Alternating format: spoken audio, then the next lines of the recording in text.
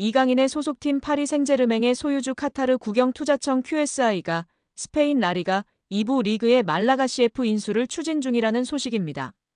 만약 QSI가 말라가 인수에 성공할 경우 PSG 선수들이 말라가로 임대될 가능성이 적지 않습니다. 소유주가 같은 구단 간 선수 임대가 생각보다 흔한 일이기 때문인데요. 최근 소속팀 내 주전 경쟁에서 밀려났다는 평가를 듣고 있는 이강인이 출전 시간을 확보하기 위해 말라가로 임대를 떠날 가능성 역시 열리게 되는 것입니다. 프랑스 유력 매체 레퀴프는 PSG의 대주주인 QSI가 스페인 2부 리그에 속한 말라가를 인수할 수 있다며 양측은 약 1억 유로, 약 1,582억 원으로 추정되는 계약 조건을 두고 막바지 협상을 진행하고 있으며 관계자들은 결론이 빨리 나오길 기대 중이라고 보도했습니다. QSI는 최근 몇 년 동안 종목을 가리지 않고 스포츠 구단 지분 인수와 관련해 적극적인 행보를 보였습니다. 이들은 지난 2023년 미국 프로농구의 워싱턴 위저즈의 지분을 인수했고 2024년에는 아우디 F1 팀의 지분을 인수하는 데 성공하기도 했습니다. 레퀴프는 말라가는 현재 스페인 호텔 및 부동산 회사인 블루베이와 카타르의 사업가 압둘라 알타니가 소유하고 있으나 법정 관리에 놓인 상태라면서 QSI는 말라가를 인수해 축구 외에도 스포츠 전반에서의 활동을 확대하게 된다고 했습니다.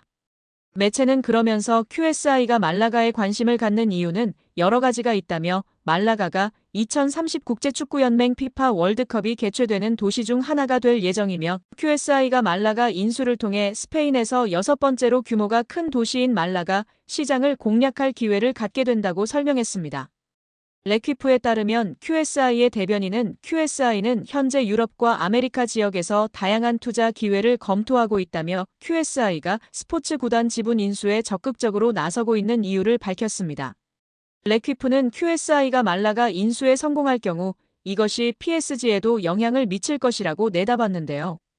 언론은 만약 말라가가 1부 리그로 승격해 챔피언스리그에서 뛰게 된다면 같은 소유주가 관리하는 구단이 동일한 유럽 대항전에 출전하는 걸 금지하는 유럽축구연맹의 규정을 준수해야 할 것이라고 했습니다.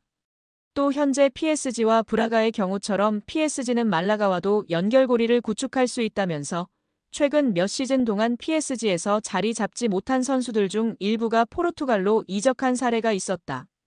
QSI가 소유한 클럽끼리는 확고한 연결고리를 유지하고 있으며 말라가의 합류로 이러한 관계는 더욱 굳건해질 것이라며 긍정적인 부분을 조명했습니다.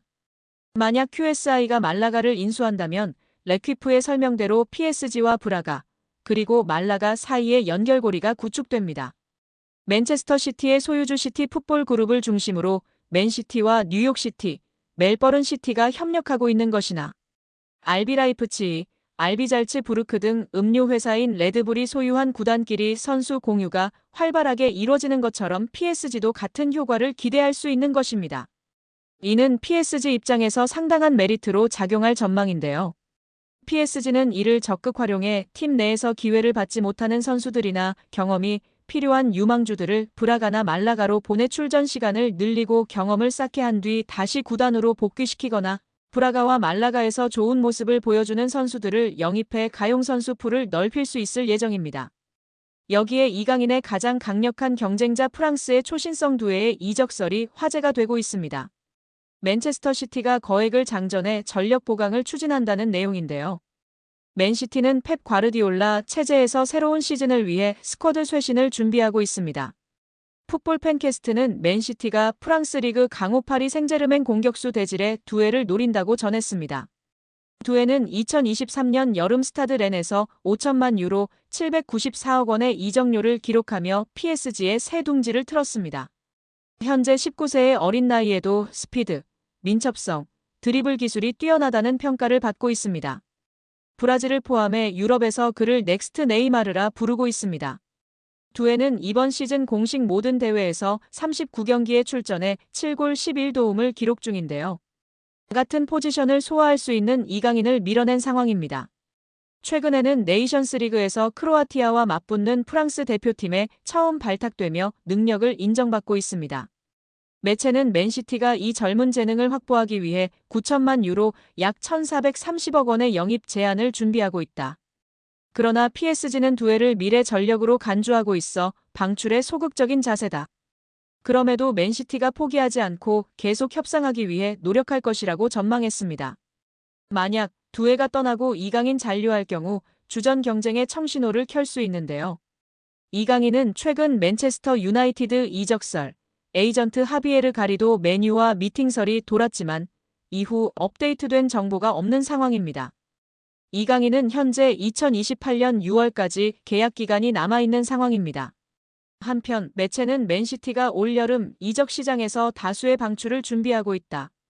케빈 더 브라위너는 미국 메이저리그 사커 샌디에이고와 협상을 진행 중이며 마테오 코바치치는 아틀레티코 마드리드 이적 가능성이 부상했다. 이런 움직임을 통해 화보되는 자금은 두 해 영입에 들어갈 것이라고 전망했습니다. 여기에 정말 미쳐버린 이강인 선수인데요. 파리 생제르맹에서 맹활약 중인 이강인 선수를 객관적으로 평가한 지표가 축구 커뮤니티에서 화제가 되고 있습니다. 파리 생제르맹에서 뛰었던 선수들 중 한 경기에서 키패스 7회 이상 기록한 선수는 총 4명입니다. 모두가 알만한 월클인 선수들밖에 없습니다. 네이마르, 디마리아, 메시, 사라비아 선수인데요. 이 중 네이마르는 3회나 기록할 정도로 파리 생제르맹에서 키패스를 뿌리는 역할을 담당했었습니다. 그리고 이제 이강인 선수가 추가되었습니다. 심지어 이번 시즌만 두 번째입니다. 지난 2024년 시즌에서 키패스 7개를 기록했고 올 시즌 생테티엔전에서 키패스 7개를 기록하며 네이마르 선수에 이어 두 번째로 많은 한 경기 키패스 7회 기록 선수가 되었습니다. 현재 미드필더 이강인이 세계적인 플레이메이커와 함께 국제축구 역사통 계연맹 IFFHS 플레이메이커상 후보에 나란히 오르며 화제입니다. IFFHS는 지난달 말 공식 홈페이지를 통해 이강인, 리오넬 메시, 케빈 더 브라위너, 주드 벨링엄 등으로 구성된 2024년 월드 베스트 플레이메이커 후보 15인을 발표했습니다. 월드 베스트 플레이메이커상은 통계연맹이 2006년부터 매년 세계 축구를 빛낸 최고의 플레이메이커에게 수여하는 상으로 수상자에겐 황금공 트로피가 수여됩니다. 세계 축구 전문가의 투표로 최종 수상자를 선정하며 통상 연말에 수상자를 발표하는데요. 역대 수상자 면면은 화려합니다. 메시가 통산 최다인 5회 수상했고 사비 에르난데스가 4회, 더 브라위너가 3회, 안드레스 이니에스타가 2회 수상하며 메시의 뒤를 이었습니다. 지네딘 지단, 카카, 토니 크로스, 루카 모드리치 등이 한 차례씩 수상했습니다. 더 브라위너는 지난해 시상식에서 181점을 받으며 100점을 받은 메시를 81점 차로 따돌렸습니다. 베르나르도 실바가 78점으로 3위에 올랐습니다. 시즌별로 가장 창의적인 플레이를 펼친 선수들에게 트로피가 주어졌는데요. 이런 전설들이 수상한 플레이메이커상 최종 후보에 이강인이 뽑힌 것만으로 큰 의미가 있다는 평가입니다.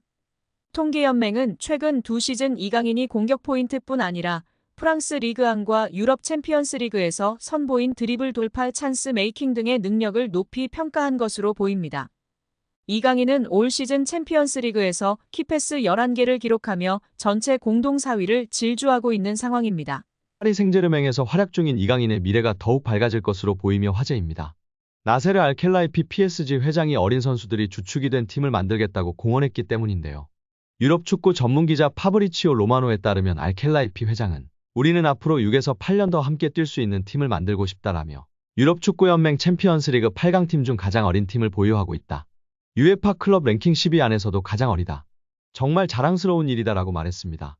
현지에서는 알켈라이피 회장의 발언에 대해 미래 자원들로 리빌딩에 착수할 거라고 선언한 것으로 보고 있습니다. 킬리안 은바페가 떠난 후 새로운 청사진을 그리고 있다는 분석입니다. 영국 비사컨은 PSG의 알켈라이피 회장은 장기 프로젝트를 그리고 있다. 앞으로 6년, 7년, 8년은 뛸 수 있는 젊은 선수들을 중심으로 팀을 개편하고자 한다라며 알켈라이피 회장의 최근 발언은 과거 은바페를 지키려고 했을 때의 발언과 상당히 대조적이다라고 전했습니다. 이어 PSG는 새로운 시대를 준비하고 있으며 은바페는 팀 계획에서 점점 사라지고 있다. 레알 소시에다드와의 챔피언스리그 16강전에서 결정적인 역할을 했지만 PSG는 선수들이 은바페가 없는 상황에 익숙해지도록 은바페에게 부수적인 역할을 맡기고 있다라고 덧붙였습니다. 게프폴뉴스 프랑스 또한 알켈라이피 회장은 파르크 데 프랭스에서 새롭고 젊은 장기적인 프로젝트를 강조했다. 레알 소시에다드전에 출전한 PSG 선수들의 평균 연령은 23세 361일로 챔피언스리그에서 구단 역사상 최연소 선발 명단이었다. 경기 후에도 알켈라이피 회장은 라커룸을 찾아가 선수들에게 부담 갖지 말라고 격려했다라며 현재 PSG가 리빌딩에 돌입했다고 설명했습니다. PSG의 최대 목표는 챔피언스리그 우승입니다. 프랑스 내에서는 적수가 없지만 유럽 무대에서는 힘을 쓰지 못했는데요. 2019년도 시즌 준우승이 가장 좋은 성적이었습니다. 알켈라이피 회장은 급하게 도전할 생각이 없습니다. 시간이 조금 걸리더라도 미래를 보장할 수 있는 선수들로 팀을 만들어 계속 도전하겠다는 입장입니다. RMC 스포츠에 따르면 알켈라이피 회장은 선수들은 매 경기 승리를 원하지만 현실적이어야 한다. 우리는 팀을 구성하는 과정에 있으며 선수들 대부분이 어리다. 새로운 팀을 만드는 과정이기 때문에 쉽지 않다라며 팀을 만들었다고 해도 선수들이 준비가 된 것은 아니다라며 충분히 기다릴 필요가 있다고 강조했습니다. 회장이 직접 젊은 선수들로 개편하겠다는 뜻을 밝힌 만큼 이강인의 미래도 좀 더 밝아질 것으로 기대되고 있습니다. 2001년생 이강인은 얼마 전 23번째 생일을 맞았습니다. 알켈라이피 회장이 언급한 6에서 8년 동안 활약할 수 있는 선수에 부합하는 나이대입니다. 여기에 이강인의 맨유행 가능성이 높아지는 분위기인데요. 진원지는 이강인 1티어 렐레보의 마테오 모레토 기자입니다. 모레토는 17일 이강인의 에이전트 하비에르 가리도가 맨유, 에스턴 빌라 등 잉글랜드 프리미어리그 구단들을 만났다고 전했습니다. 이어 앞으로 몇 달 동안 이 에이전트의 여정이 여름 이적 시장에 대한 대화로 이어질지 지켜봐야 한다고 했습니다. 마테오 기자의 말이기 때문에 주목해야 하는데요. 그는 이강인의 파리 생제르맹행에 대한 루머부터 이적 확정까지 모두 맞춘 바 있습니다. 이강인 소식에 관한 한 나의 정보를 확신한다고 말할 정도입니다. 모레토 기자는 또한 지난 1월에도 이강인의 맨유행 가능성을 점쳤습니다. 당시 이강인은 PSG의 중요한 선수지만 많은 구단들이 그의 영입을 위해 문을 두드리고 있다며 현재 공식 논의는 없지만 맨유가 동향을 주시하고 있다.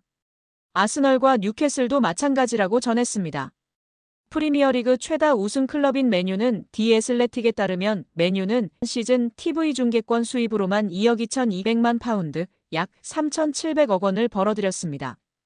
이는 일부 프리미어리그 클럽의 연간 전체 수입과 맞먹는 규모입니다. 아디다스와의 스폰서십 계약도 2035년까지 연간 9천만 파운드 약 1,500억 원을 지급하는 장기 계약을 맺고 있습니다. 다만 강등 시 금액을 50% 삭감하는 조항이 포함돼 있습니다. 아디다스는 한 시즌 사전 통보 후 계약을 파기할 수도 있다고 알려져 있습니다.